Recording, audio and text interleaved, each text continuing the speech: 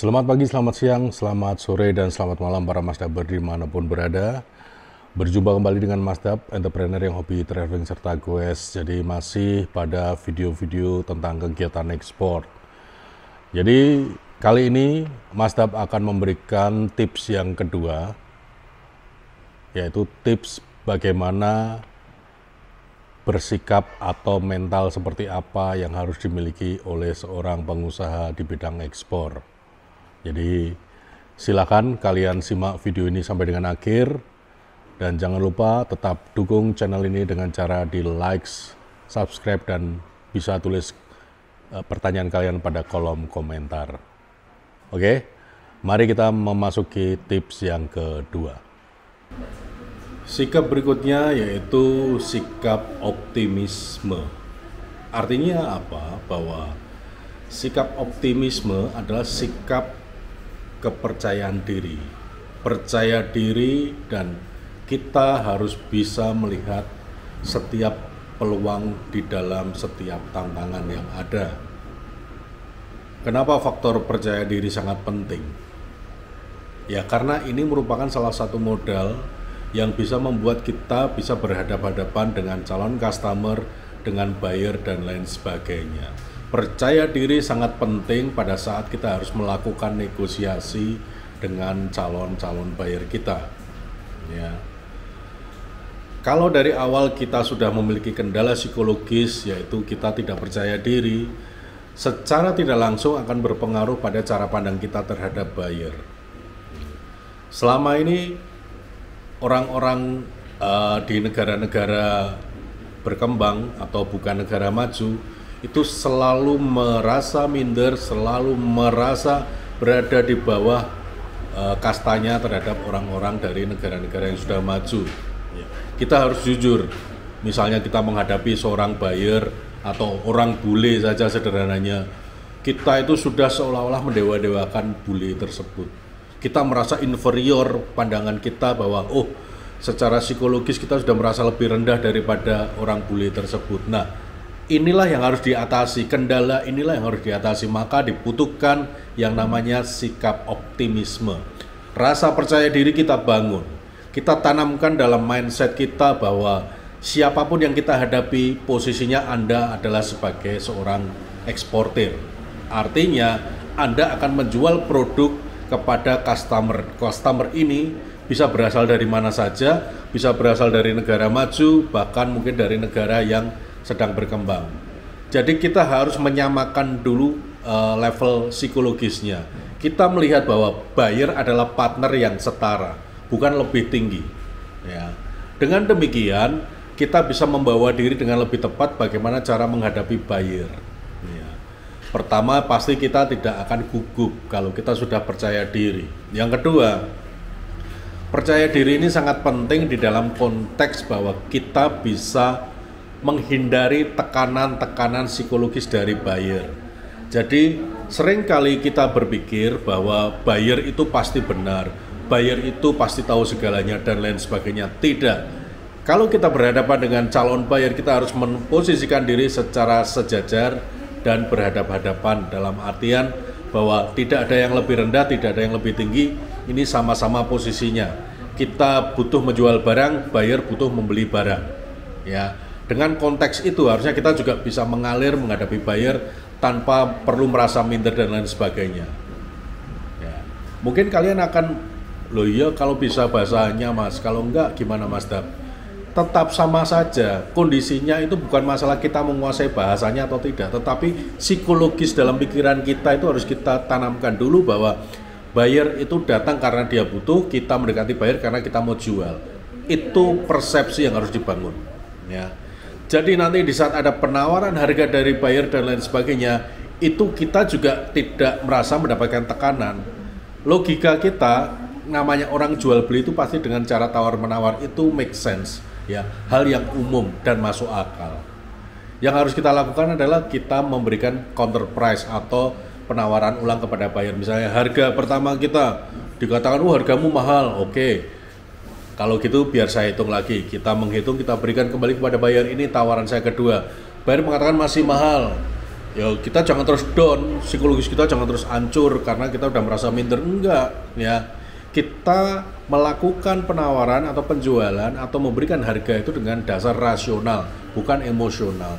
Jadi di saat buyer mengatakan, oh hargamu masih mahal, sampai pada limit tertentu kita harus menanyakan kepada buyer, so target price-mu berapa? Gitu kan. Kamu punya target price enggak?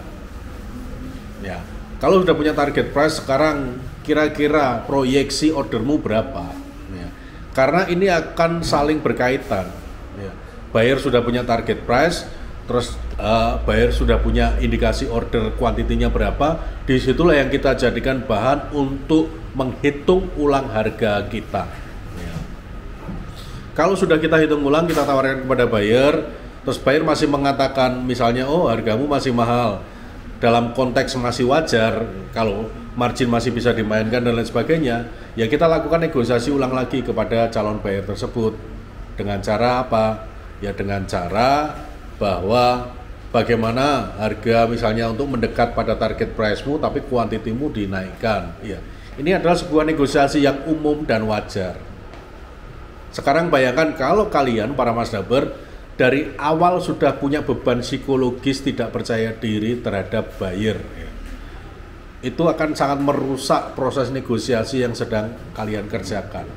Seolah-olah apa yang dikatakan buyer itu harus kita turuti dan lain sebagainya, ya.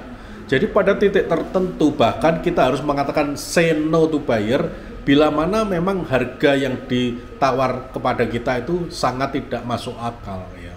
Jadi bukan semua kata buyer adalah hukum, tidak.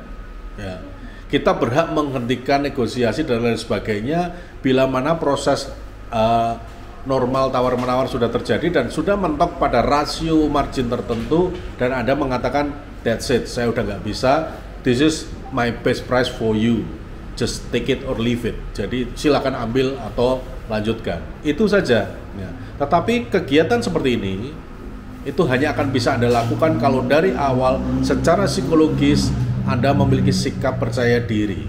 Percaya diri akan menuntun Anda pada proses yang lebih lancar. Percaya diri akan memberikan kesan kepada buyer bahwa Anda profesional dan menguasai materi apa yang Anda perjuangkan di hadapan buyer.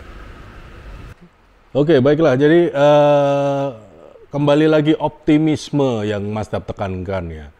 Karena first contact itu sangat menentukan. Kalau pembawaan kita sudah grogi, pembawaan kita udah minder, jangan pernah berharap di belakang ordernya akan menguntungkan Anda, karena mungkin prosesnya aja akan tersendat-sendat karena Anda sendiri merasa tidak terlalu percaya diri. Makanya bangun kepercayaan diri, tanamkan dalam benak kalian bahwa kalian itu setara dengan buyer. Kalian tidak lebih rendah daripada buyer, sehingga prosesnya akan berjalan secara natural, alami. Proses tawar-menawar juga bisa dengan santai dilakukan, dan Anda juga tidak punya beban, misalnya tidak berhasil closing penjualan dengan buyer, atau Anda juga tidak akan pernah merasa terbebani bila mana harus mengatakan, sorry buyer, hargamu nggak masuk, gitu kan. Ya.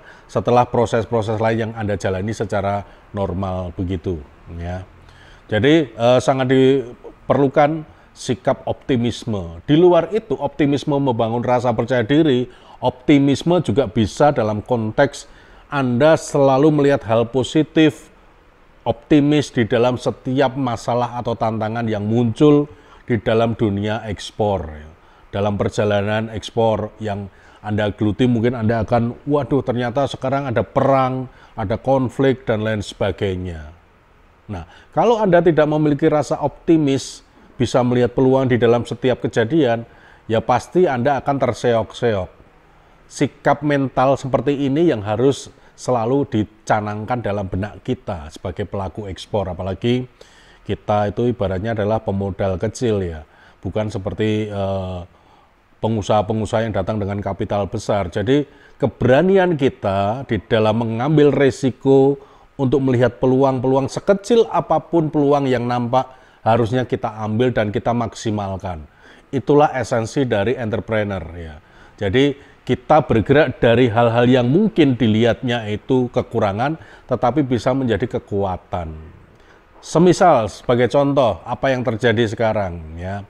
Kita tidak tidak menyinggung mengenai pro dan kontra mengenai perang ya. Jadi konflik contohnya Ukraina dan Rusia. Ini real terjadi dan sudah berjalan berbulan-bulan, bahkan sudah lebih dari 1 tahun.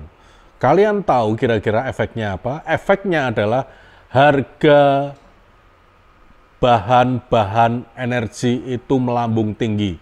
Harga bahan-bahan pangan melambung tinggi. Ya.